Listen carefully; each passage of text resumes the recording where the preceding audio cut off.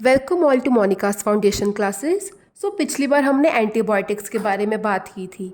इस बार हम देखेंगे कि हमारे एनीमी के बारे में। एनीमी कौन सा है? इस केस में बैक्टीरिया। एंटीबायोटिक्स क्या होती हैं? जो कि एक्ट करती हैं अगेंस्ट बैक्टीरिया। तो हमारा एनीमी क्या हुआ? हमारा बैक्टीरिया। अब असल में बैक्टीरिया होते क्या है?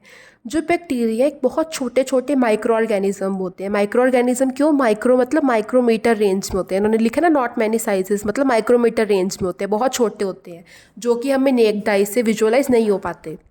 अब इस बुक पे, इस टेबल पे, इवन हमारे हाथों में बहुत मिलियंस ऑफ बैक्टीरिया होते हैं जो कि हम नेकेड आई से नहीं देख सकते।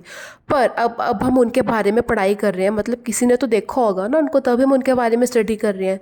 तो सबसे पहले उनकी जो हमने देखा, उनको कैसे देखा? इस माइक्रोस्कोप के थ्रू। एक साइंटिस्ट थे जिनका नेम था एंटोन वॉन ल्यूवेनहॉक।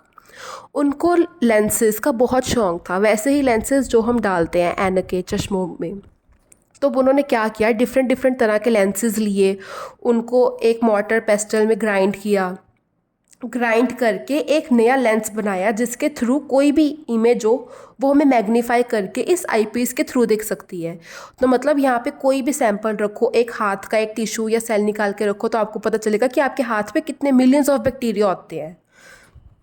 तो ये तो बात होगी कि हम देख कैसे सकते हैं बैक्टीरिया को थ्रू दिस माइक्रोस्कोप। ये भी डिफरेंट डिफरेंट तरह के होते हैं माइक्रोस्कोप, डिपेंडिंग अपॉन कि हमें कितनी क्लैरिटी, किस लेवल पे उनको विजुअलाइज करना है। तो अब हम आते हैं बैक्टीरिया पे कि असल में बैक्टीरिया दोनों तरह के हो सकते हैं। एज अ एनिमी भी काम कर सकते हैं और एज अ फ्रेंड भी काम कर सकते हैं हमारे। अब वो हमारे लिए बेनिफिशियल कब होएंगे कि जैसे कि हम घर पे दही बनाते हैं तो उसके अंदर लैक्टोबैसिलस बैक्टीरिया होता है। इवन दही हो गया, कर्ड कर्ड बेवरेजेस, वाइन, इन सारी जो खाने की चीज़ें होती है उसके अंदर अच्छे बैक्टीरिया भी होते हैं जो कि हमारी बॉडी में हमारे फूड को डाइजेस्ट करने में हेल्प करते हैं। इवन हमारा जो स्टमक का जो माइक्रोबायोम होता है, हमारे पेट के अंदर भी बड़े सारे तरह के बैक्टीरिया होते हैं जो कि हमारे फूड को तोड़ने में हमारी हेल्प करते हैं। इवन हमें कई डिजीज़ से भी हमें प्रिवेंट करते हैं ये जो हमारी बॉडी के अंदर अच्छे बैक्टीरिया होते हैं। अब बहुत बैक्टीरिया गंदे भी होते हैं, मतलब हमारे एनिमी होते हैं। अब एनिमी क्यों होते हैं? ऑब्वियस सी बात है कि वो हमें डिजीज़ कॉज करते हैं हमारे लिए। इवन हमारे फूड भी ख़राब करते हैं, स्पॉयल करते हैं। जैसे कि अगर आप कोई भी फ्रूट को बाहर रख दो, ब्रेड को बाहर रख दो फ्रिज से निकाल के, तो थोड़ी देर बाद उस पर फंगस या बैक्टीरिया की ग्रोथ होने लग जाती है। उसकी वजह से हमारा फ्रूट सब खराब हो जाता है। इसलिए वो हमारे एनिमी का भी काम करते हैं। अब जो बैक्टीरिया हैं, इन्होंने यहाँ पे लिखा है कि वो डिफरेंट डिफरेंट शेप्स के होते हैं। अब डिफरेंट डिफरेंट शेप्स के हमें पिक्चर में देख के पता चल रहा है कि कुछ ओवल होते हैं, कुछ इलोंगेटेड होते हैं, कुछ रेक्टेंगुलर होते हैं। Different different rectangular, circle, Oval, किसी भी शेप के हो सकते हैं डिपेंडिंग अपॉन वो रहते कहाँ हैं, उनके आसपास का माहौल किस टाइप का है। अब जैसे कि आप देख सकते हो कि इस बैक्टीरिया पे प्रोट्रूजन्स हैं जिनको हम ज़्यादातर सीलिया या फ्लैजिला कहते हैं। अब ये हेल्प करते हैं बैक्टीरिया की मूवमेंट के लिए, उनको आगे पीछे चलने के लिए, लेफ़्ट राइट कहीं पे भी। अब अगर किसी बैक्टीरिया में ये प्रोट्रूजन्स ना हो, मतलब वो सिसाइल होते हैं। सिसाइल मतलब कि वो चल नहीं सकते, एक ही जगह पे लगे रहते हैं, वहाँ पे रेप्लिकेट करते रहते हैं बार बार, जो कि ज़्यादातर हमें देखने को मिलते हैं ओशन के फ्लोर पे, सी बेड पे, इवन रॉक्स पे भी लगे होते हैं। अब ये बैक्टीरिया सिर्फ उनकी शेप्स नहीं अलग अलग, इनका जो बाहर की आउटर कवरिंग है इनकी, वो भी अलग अलग तरह की होती है। तो ये इस पे डिपेंड करते हैं कि ये रहते कहाँ हैं। हमारी बॉडी के अंदर रहते हैं, बाहर हवा में रह रहे हैं, किसी ब्रेड के ऊपर है, किसी फ्रूट के ऊपर है, या फिर इवन कुछ बैक्टीरिया ऐसे भी होते हैं जो कि गरम गरम उबलते पानी में भी सर्वाइव कर सकते हैं। इवन एसिडिक, बेसिक किसी भी कंडीशन में सर्वाइव कर सकते हैं। सो देयरफॉर उनकी डिफरेंट डिफरेंट शेप्स होती हैं और डिफरेंट डिफरेंट प्रॉपर्टीज़ होती हैं डिपेंडिंग अपॉन कि वो कहाँ पाए जाते हैं।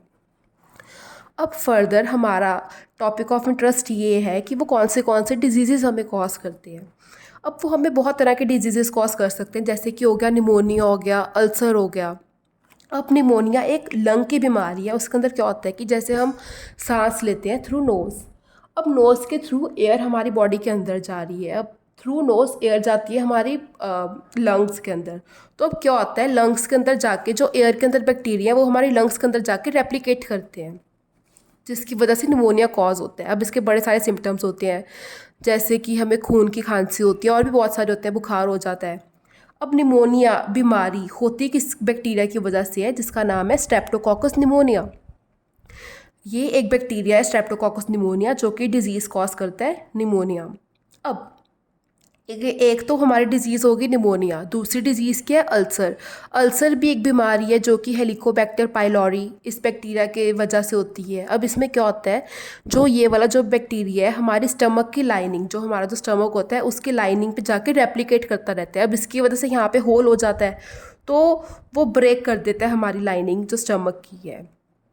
अब इस बुक में और क्या लिखा है कि अब जो एंटीबायोटिक्स है, जो हम मेन पढ़ रहे हैं कि एंटीबायोटिक्स जो कि केमिकल्स होते हैं जो कि एक्ट करते हैं अगेंस्ट बैक्टीरिया, मतलब उनको मारते हैं। अब different different antibiotics different different disease पे काम करते हैं। मतलब निमोनिया की अलग एंटीबायोटिक होएगी, एंटीबायोटिक मतलब दवाई जो हम लेते हैं ताकि जो बैक्टीरियल डिजीज़ है हमारी ठीक हो जाए। अब डिफरेंट दवाई हम लेंगे निमोनिया के लिए और डिफरेंट दवाई लेंगे अल्सर के लिए। कभी भी दो डिजीज़ एक दवाई से ट्रीट नहीं होएगी। तो इसलिए अब आप देखो जो साइंटिस्ट है वो कितने millions of billions of rupees खर्च करके किसी भी एक दवाई का क्योर बनाते हैं, क्योंकि एक बैक्टीरिया के अगेंस्ट सिर्फ एक ही तरह की दवाई काम करती है। अब हम फर्दर देखते हैं इस बुक की इंट्रोडक्शन। अब इन्होंने फर्दर और थोड़ी सी डिजीज़ दी हैं जो कि कॉज होती हैं ड्यू टू बैक्टीरिया, जैसे अपेंडिसाइटिस। इसमें क्या होता है, जो हमारी जो इंटेस्टाइन होती है उसके बिल्कुल साथ में ही एक अपेंडिक्स होता है।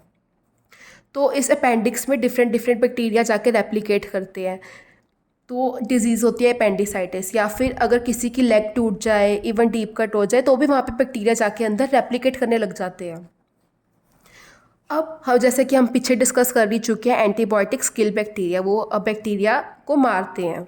अब एक यहाँ पे बहुत इंटरेस्टिंग डिजीज़ है प्लेग। प्लेग जिसको हम ब्लैक डेथ भी कहते हैं या फिर बुबोनिक प्लेग भी कहते हैं। ये डिज़ीज़ कुछ थोड़े टाइम पहले 17वीं सेंचुरी में बहुत बहुत ज़्यादा अमाउंट में स्प्रेड होने लग गई थी। अब इसमें क्या होता है, इस प्लेग में जैसे आप देख सकते हो यहाँ पे ना पूरे पर्सन के शरीर पे यहाँ पे बॉयल्स बनने लग जाते हैं। टाइप ऑफ दाने कह सकते हो, पर दाने थोड़े छोटे होते हैं, बॉयल्स थोड़े दानों से काफ़ी बड़े होते हैं। तो ऐसे ऐसे बॉयल्स बनने लग जाते हैं। अब इसका नाम बुबोनिक प्लेग इसलिए पड़ा क्योंकि इनको ब्यूबोब्स कहते हैं, ब्यूबोब्स, जो कि इनके शरीर के ऊपर बड़े बड़े दाने जो कि लिम्फ नोड फर्दर फूल के ये बॉयल्स बनती हैं इनके शरीर पे। अब असल में क्या है, इन बॉयल्स के अंदर बैक्टीरिया ही रेप्लिकेट हो रहे हैं। एक बैक्टीरिया, दो बैक्टीरिया वही फर्दर रेप्लिकेट कर करके बहुत रेप्लिकेट मतलब डिवाइड कर करके बहुत सारे बैक्टीरिया बना लेते हैं जो कि इन बॉयल्स के अंदर होते हैं। तो इसलिए इनको कोई ट्रीट, पहले ज़माने में सबको पता था कि ये वाली बीमारी है जो कि फैल सकती है through one person to another. अगर इनका कोई भी एक फोड़ा टाइप अगर टूट गया, फट गया इन द सेंस, तो ये डिज़ीज़ एक पर्सन से दूसरे पर्सन को स्प्रेड हो सकती है। तो पहले लोग इसको ट्रीट करना पसंद ही नहीं करते थे। कोई चाहता ही नहीं था कि हम ऐसे लोगों के पास जाएं जिनको ये बीमारी हो, क्योंकि उनको भी हो सकती है, उनको खतरा है इस बीमारी से। लोग जब भी अगर कभी भी इनके पास जाते थे पूरे अपने आप को कवर करके जाते थे ताकि कोई भी इनकी डिजीज़ इन पे स्प्रेड ना हो। अब क्योंकि उस टाइम पे एंटीबायोटिक्स का कंसेप्ट इतना क्लियर नहीं था, लोगों को पता नहीं था कि अगर उनको किसी भी तरह के एंटीबायोटिक दो तो ये ठीक हो सकते हैं। तो अब इनका तब तक कोई इलाज नहीं था, तो इन लोगों को एक अलग जगह पे रख देते थे, क्वारंटीन कर देते थे और उन सबको इकट्ठे मरने के लिए छोड़ देते थे। ना कोई इनको खाना देता था, कोई इनकी प्रॉपर केयर नहीं रखी जाती थी और इन सब की डेथ हो जाती थी because due to proper care कोई नहीं होती थी, तो इसलिए सब मर जाते थे और इन सब की बॉडीज़ को एक अलग जगह जाके दफना दिया जाता था। अब उन्होंने आगे इस डिज़ीज़ का बताया कि कॉज कैसे होती है, कौन से बैक्टीरिया कॉज करते हैं इस डिज़ीज़ को। ये बैक्टीरिया है यर्सनिया पेस्टिस, ये कॉज करता है बुबोनिक प्लेग को, जिसको हम ब्लैक डेथ भी कहते हैं, जिसको हम ट्रीट कर सकते हैं थ्रू दिस स्ट्रेप्टोमाइसिन, जो कि एक एंटीबायोटिक है। इस एंटीबायोटिक के थ्रू हम बुबोनिक प्लेग को ट्रीट कर सकते हैं। बुबोनिक प्लेग इसलिए क्योंकि ब्यूबोब्स बन जाते हैं इनके शरीर पे, इसलिए हम इसको कहते हैं बुबोनिक प्लेग। और ये डिज़ीज़ स्प्रेड कैसे होती है, अब ज़्यादातर ये डिज़ीज़ हमारे ह्यूमंस की नहीं है, ये होती थी रोडेंट्स को। रोडेंट्स हो गए जैसे कि चूहे, रैट्स, इनको होती थी ये डिज़ीज़। तो अब ये डिज़ीज़ रैट्स को होती थी। अब घर में सबके रैट्स होते हैं, तो वहाँ पे रैट्स पे फ्लाइज जाके बैठती थी। तो पहले रैट पे बैठती थी फ्लाइज, फिर फर्दर फ्लाइज बैठती थी ह्यूमंस पे। अब उसके थ्रू रैट्स फ्लाइज के थ्रू ये डिज़ीज़ रैट से लेके हमें ट्रांसफ़र होती थी। इस ऐसे करते करते ये डिज़ीज़ बढ़ती गई और ये पूरी ज़्यादातर विलेज टाइप एरियाज़ में होती थी डिज़ीज़ ये वाली, जहाँ पे ये डिज़ीज़ बढ़ते पूरे पॉपुलेशन में फैलती गई और ये इसका एक पेंडेमिक हो गया था क्रिएट इस डिज़ीज़ का। जैसे कि आजकल हमें पता है कोरोना पेंडेमिक क्रिएट हुआ है, वैसे उस टाइम पे इस प्लेग ब्लैक डेथ का पेंडेमिक क्रिएट हुआ था। सो यहाँ पे हम अपनी इंट्रोडक्शन ख़त्म करते हैं इस बुक की। हम फर्दर चैप्टर्स के बारे में डिस्कस करेंगे in further videos. Thank you so much.